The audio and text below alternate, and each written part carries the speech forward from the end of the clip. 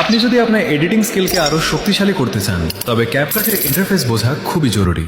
প্রথম দিনে আমরা এর বেসিক বিষয়গুলো দেখেছিলাম, আর আজ আমরা আরেকটি গুরুত্বপূর্ণ টুল শিখব। 15 দিনের ক্যাপকাট এডিটিং সিরিজের দ্বিতীয় দিনে আপনাকে স্বাগতম। ক্যাপকাট অ্যাপটি ওপেন করে নিন। নিচে আপনি অনেকগুলো টুলস দেখতে পাবেন, এগুলো আমরা এক এক করে শিখব। অডিও অপশনে ট্যাপ করলে কিছু অপশন আসবে। 1. এক্সট্র্যাক্ট। এর মাধ্যমে আপনি যে কোনো ভিডিওর মিউজিক বা ভয়েস ইম্পোর্ট করতে পারবেন। 2. সাউন্ডস।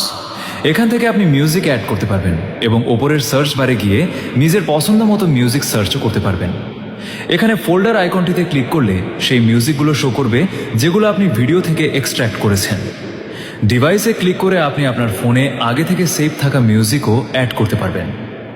এরপরে আসে সাউন্ড ইফেক্টস। প্লাস আইকনে ট্যাপ করে এগুলো ব্যবহার করতে পারবেন। রেকর্ড অপশন থেকে আপনি আপনার নিজের ভয়েস রেকর্ড করতে পারবেন এবং সেটিকে এনহ্যান্স বা উন্নত করতে পারবেন। ভয়েস চেঞ্জার এবং টেলিপ্রম্পটারের অপশনও রয়েছে। আপনি যা টাইপ করবেন তা স্ক্রিনে দেখে দেখে খুব সহজে ভয়েস রেকর্ড করতে পারবেন। টেক্সট টু অডিও অপশনটি দিয়ে আপনি এআই ভয়েস তৈরি করতে পারবেন।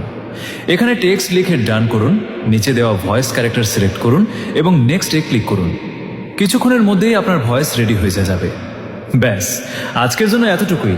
ভিডিও বেশি লম্বা হয়ে গেলে আপনারা দেখতে চান না, তাই বাকি বিষয়গুলো পরের পার্টে শিখব।